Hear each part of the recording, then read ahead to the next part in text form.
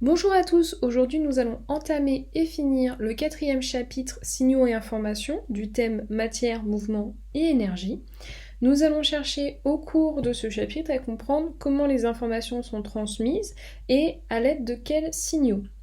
La problématique générale, comment un signal permet de transmettre des informations qui vont être soit simples, soit complexes. Simple, c'est-à-dire qu'il n'y aura que 2 solutions possibles, oui ou non, ou complexe, c'est-à-dire qu'un message entier va être transmis. On va commencer par une première partie, la nature du signal, et donc la correction de la première activité du signal à l'information. Dans la présentation de cette activité, vous retrouverez 3 images indiquant 3 types de signaux différents. Dans le premier, on peut voir 4 types de signaux sonores différents qui ont été enregistrés d'après différents sons. Et selon le volume et aussi la nature du son, si c'est aigu ou grave, on va avoir des tailles de bâtonnets différents. Au milieu, vous retrouvez un feu tricolore qui va donc émettre un signal lumineux et coloré qui permet donc de retrouver une information. La dernière image, celle qui est la plus à droite, est un émetteur-récepteur radio, c'est-à-dire qu'il va envoyer des ondes radio vers des satellites, éventuellement, et recevoir ces mêmes ondes de satellites via des balises. Nous allons passer maintenant à la correction de cette activité. Au cours de cette activité, il fallait comprendre comment un signal permet de transférer une information. Pour cela, vous aviez différents documents qu'il fallait exploiter afin de répondre aux questions. Vous trouviez ici une définition de l'information. Donc une information est un message qui sera transmis par un signal provenant d'un émetteur qui va donc émettre le signal et reçu par un récepteur. Vous aviez dans le premier document différents signaux ainsi qu'une définition de ce que cela pouvait signifier. Dans la situation 1, on retrouve ici un phare émettant de la lumière et on vous indique que ce phare permet d'indiquer aux marins que la Terre est proche.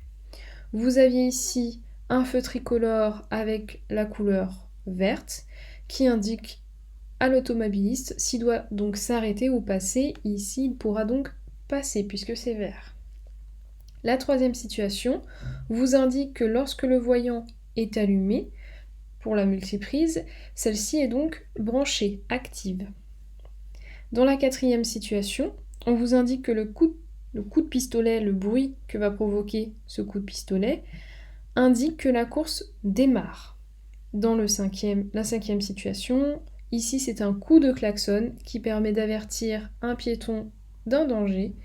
Et dans la sixième situation, vous avez le coup de sifflet qui permet de prévenir les joueurs dans un match qu'il y a une faute. Dans le second document qui présente les signaux qui nous échappent, on vous explique ici que lorsqu'on va allumer notre télévision avec notre télécommande, on va pouvoir changer de chaîne, monter le volume, changer d'un support à un autre sur notre télévision, mais nous n'allons pas percevoir les signaux qui vont être émis entre la télécommande et la télévision. Par contre, la télévision y est sensible, elle va percevoir les signaux de la télécommande. C'est ce qui est écrit donc ici, je le rappelle. Quand on va placer une télécommande en face de l'appareil photo d'un smartphone, on va remarquer lorsqu'on appuie sur les touches un signal qui va être ici perçu par notre appareil photo, un signal lumineux, malgré que notre œil ne le détecte pas. Vous pouvez donc essayer cette expérience à la maison, vous avez toutes les étapes.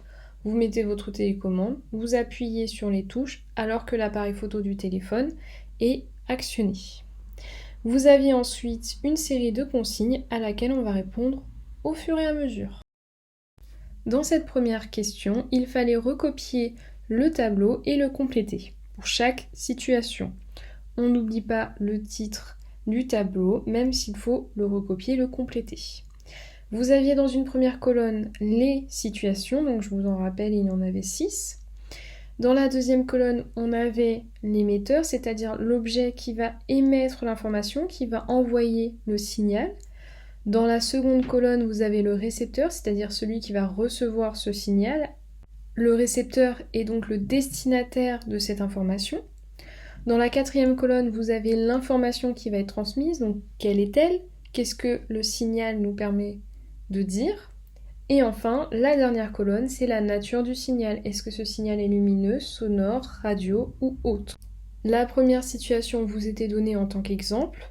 Je passe donc à la deuxième. Donc l'émetteur sera le feu tricolore. C'est lui qui va donner une information à l'automobiliste qui va soit avancer ou s'arrêter. Donc le feu tricolore émet un signal qui va être de nature lumineuse à l'automobiliste pour lui dire d'avancer ou reculer. La troisième situation, on va avoir un voyant sur la multiprise. Cela informe donc le récepteur qui est l'utilisateur et l'information est la multiprise branchée. Le signal est lumineux. Pour la quatrième situation, le pistolet indique aux coureurs s'ils peuvent démarrer ou non la course lorsque celui-ci va entraîner un son, c'est-à-dire un signal sonore. Dans la cinquième situation, de même, nous sommes sur un signal sonore, le klaxon avertit le piéton qui est le destinataire d'un potentiel danger. La sixième situation, l'émetteur sera l'arbitre, le coup de sifflet qui est sonore sera à destination des joueurs pour informer d'une faute. On vous demandait ici laquelle de ces deux phrases permettait de décrire la situation de la télécommande. Je vous le rappelle, la télécommande émet un signal que l'œil ne peut pas voir, l'œil humain, mais l'appareil photo numérique peut le voir. Ça veut dire que on va avoir des signaux invisibles pour des yeux humains. Cela nous permet de déduire que notre appareil photo peut percevoir des signaux que nous ne pouvons pas voir. En effet, l'œil humain ne peut percevoir que la lumière qui s'étend du violet au rouge. Ce qu'il y a après et avant ne peut être perçu même si ces lumières existent, c'est-à-dire les ultraviolets et les infrarouges.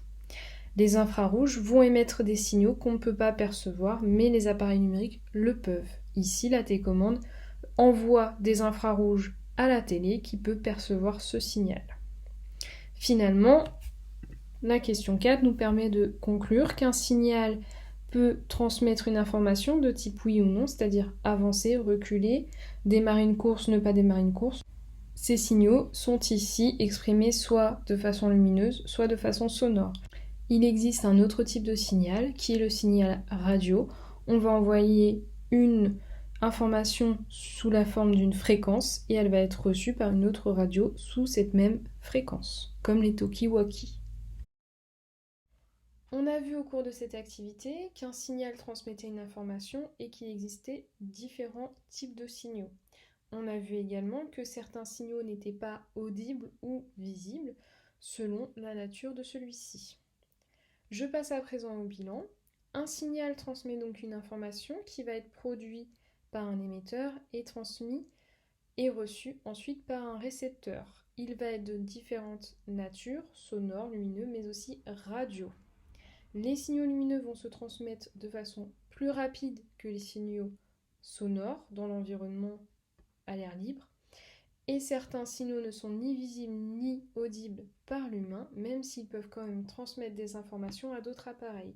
Je vous ai cité deux exemples, donc les infrarouges de la télécommande comme on vient de le voir, ou les infrarouges de n'importe quel appareil numérique. Et vous avez aussi les ultrasons que l'on va utiliser pour les imageries médicales. Vous retrouverez ce bilan sur Lino et je vous laisse regarder la seconde vidéo concernant les signaux que vous retrouverez normalement en bas à droite.